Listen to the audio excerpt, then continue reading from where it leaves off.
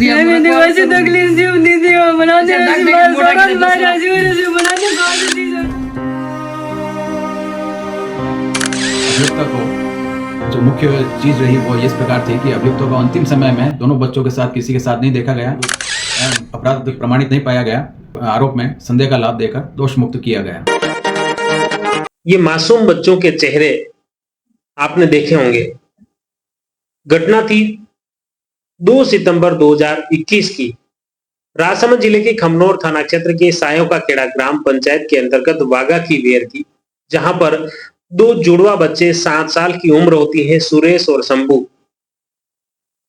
घर में खेलते खेलते शाम करीब 4 बजे बाद वो घर से अचानक लापता हो जाते हैं और जैसे ही वो घर से लापता होते हैं तो परिजनों द्वारा उनके फोटो सोशल मीडिया पर शेयर किए जाते हैं, गांव और क्षेत्र में वायरल किए जाते हैं, लेकिन उन बच्चों का कोई पता नहीं चलता है।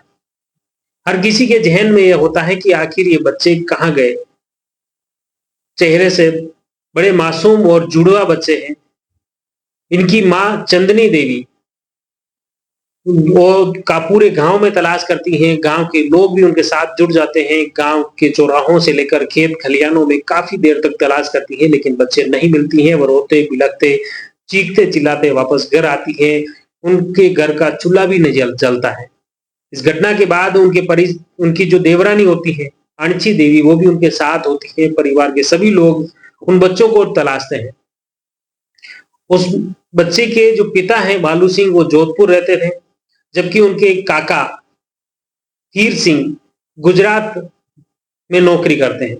घर पर देवरानी जेठानी दोनों के अलग अलग परिवार हैं, एक ही द्वार उनके हैं, लेकिन सटे हुए मकान हैं। इस घटना के बाद बच्चे गायब होते हैं, फिर पुलिस प्रकरण दर्ज करती है। तीसरे दिन उन बच्चों के शव मिलते हैं खेत में एक कुएं के पास। उसके साथ ही इस पूरे घटनाक्रम में एक नया मोड़ आता है। चंदनी बाई के द्वारा उसकी देवरानी अणची देवी पर बच्चों को भगाकर कुएं के पास ले जाना, हत्या कर कुएं में डालने के आरोप उनके द्वारा लगाए जाते हैं। इस घटना के बाद खमनोर थाना पुलिस द्वारा प्रथम दृष्टया पूछताछ की जाती है। प्रकरण दर्ज करते हुए आरोपी अणची देवी को गिरफ्तार कर लिया जाता है। उस घटना के बाद मामला न्यायालय में पहुंचता है। सुनवाई के बाद करीब 3 साल बाद पक्ष विपक्ष और गवाह की विवेचना के बाद अपर सेशन न्यायाधीश प्रवीण कुमार मिश्रा द्वारा सभी गवाहों को सुनने के बाद, पक्ष विपक्ष की बातें सुनने के बाद, जिरह सुनने के बाद, दस्तावेज साक्ष्यों को देखने के बाद आरोपी अणची देवी पर जो आरोप लगाए थे वे प्रमाणित नहीं हो पाते हैं। इस पर न्यायालय द्वारा संदेह का लाभ देते हुए उसे बरी कर दिया जाता है। जी हाँ, यह घटना राजसमंद जिले के खमनोर थाना क्षेत्र के सायों का खेड़ा ग्राम पंचायत के वागा की वेर की है, जहां पर ठीक 3 साल पहले 2 सितंबर 2022 की यह घटना होती है। उस घटना ने न सिर्फ सायों का खेड़ा व आसपास के क्षेत्र को बल्कि पूरे जिले को झकझोर दिया था। सोशल मीडिया पर उन बच्चों के फोटो खूब वायरल हुए थे। उस घटना के बाद भी पूरे लोग, गांव के लोग, क्षेत्रीय लोग धरने पर बैठ गए थे कि तत्काल आरोपियों को पकड़ा जाए, पुलिस उस पर कार्रवाई करे। गांव से लेकर खमनोर थाना, नाथद्वारा और जिला कलेक्टर तक उसका आक्रोश पहुंचा था। इस घटना के बाद पुलिस द्वारा जांच की गई प्रथम दृष्टया, और जांच के बाद उन बच्चों की काकी अणची देवी को गिरफ्तार किया था। पीड़ित पक्ष की ओर से न्यायालय में लोक अभियोजक संतोष सनाडी द्वारा पैरवी की गई, जबकि आरोपी अणची देवी की तरफ से अधिवक्ता दीपक पालीवाल द्वारा पैरवी की गई। पक्ष विपक्ष द्वारा जिरह रखा गया। अधिवक्ता दीपक पालीवाल ने अणची देवी पर लगे सभी आरोपों को बेबुनियाद बताया। उन्होंने बताया कि किस तरह से जो आरोप लगाए गए हैं कि अणची देवी ने उन बच्चों को घर से भगाकर कुएं तक ले गई, फिर कुएं में डाला, और जबकि ऐसा कोई भी न तो गवाह बोल पाया, ऐसे गवाह ने कोई ऐसी स्वीकार की बात, और न ही दस्तावेजी साक्ष्यों में ऐसा कोई प्रमाण मिला कि जिसमें प्रमाणित हो जाए कि वाकई में अणची देवी उन बच्चों को कुएं तक ले गई और कुएं में डालकर उनकी हत्या की।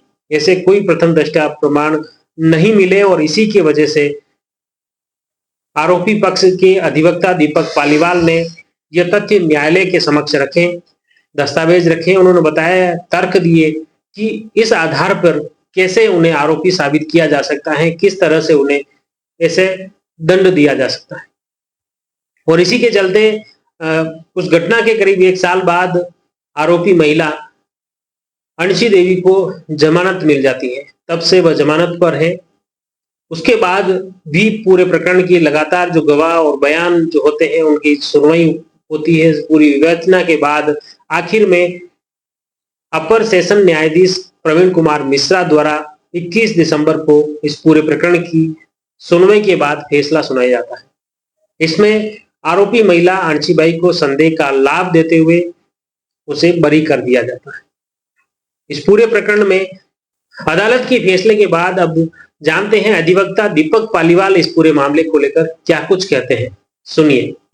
प्रकरण में अभियोजन की ओर से 44 गवाह मौखिक एवं 46 दस्तावेजी साक्ष्य पेश की गई। सुनवाई के पश्चात अपर जिला एवं सेशन न्यायाधीश श्री प्रवीण कुमार जी मिश्रा द्वारा आदेश दिया गया कि अभियोजन पक्ष की ओर से जो 44 मौखिक साक्ष्य एवं 46 दस्तावेजी साक्ष्य पेश की गई। सुनवाई के पश्चात अपर जिला एवं सेशन न्यायाधीश श्री प्रवीण कुमार जी मिश्रा द्वारा अभियोजन पक्ष की ओर से पेश मौखिक एवं दस्तावेजी साक्ष्य से अभियुक्त अंशीबाई के विरुद्ध अपराध प्रमाणित नहीं पाया गया, जिस पर माननीय न्यायाधीश महोदय द्वारा अंशीबाई को धारा 363, 447 व 302 में के आरोप में संदेह का लाभ देकर दोष मुक्त किया गया। प्रकरण में अभियुक्ता को जो मुख्य चीज़ रही वो इस प्रकार थी कि अभियुक्ता को अंतिम समय में दोनों बच्चों के साथ किसी के साथ नहीं देखा गया एवं मोटिव जो था वो भी किसी प्रकार से अभियोजन अपने पक्ष में साबित नहीं कर पाया, जिसी का लाभ देकर उसे दोष मुक्त किया गया। तो आपने अधिवक्ता दीपक पालीवाल की बात को सुना। उन्होंने बताया कि किस तरह से अदालत के समक्ष उन्होंने तथ्य पेश किए, तर्क पेश किए और उसी आधार पर न्यायालय द्वारा यह फैसला दिया गया है कि आरोपी अंशीबाई पर जो आरोप लगाए गए कि बच्चों की हत्या कर दी, ऐसे कोई भी आरोप प्रमाणित नहीं हो पाए और इसी वजह से न्यायालय द्वारा उसे बरी किया गया है। खैर, ये जो भी प्रकरण हुआ, लेकिन इस प्रकरण की पूरी विवेचना करते हैं तो मुख्य रूप से सायों का खेड़ा बागा की बेर में 2 भाई हैं, बालू सिंह और हीर सिंह। हीर सिंह की पत्नी अंशी देवी जो आरोपी हैं उस थी इस पूरे प्रकरण की, और चंदनी देवी जो उन बच्चों की मां है।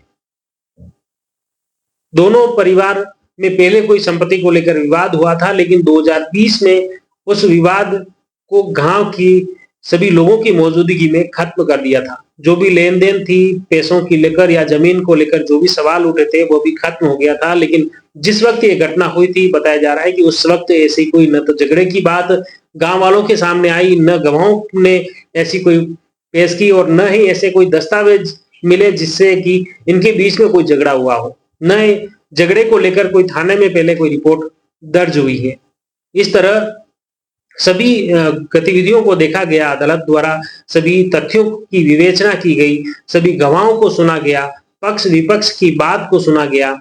लोक अभियोजक संतोष सनाड्य और अधिवक्ता दीपक पालीवाल के तर्क और उनके तथ्यों को भी देखा और उसी के बाद अदालत द्वारा यह फैसला दिया है। अदालत के फैसले के बाद अब एक सवाल अब भी लोगों के जहन में है कि आखिर जो बच्चे थे शंभू और सुरेश, उनकी मौत कैसे हुई है।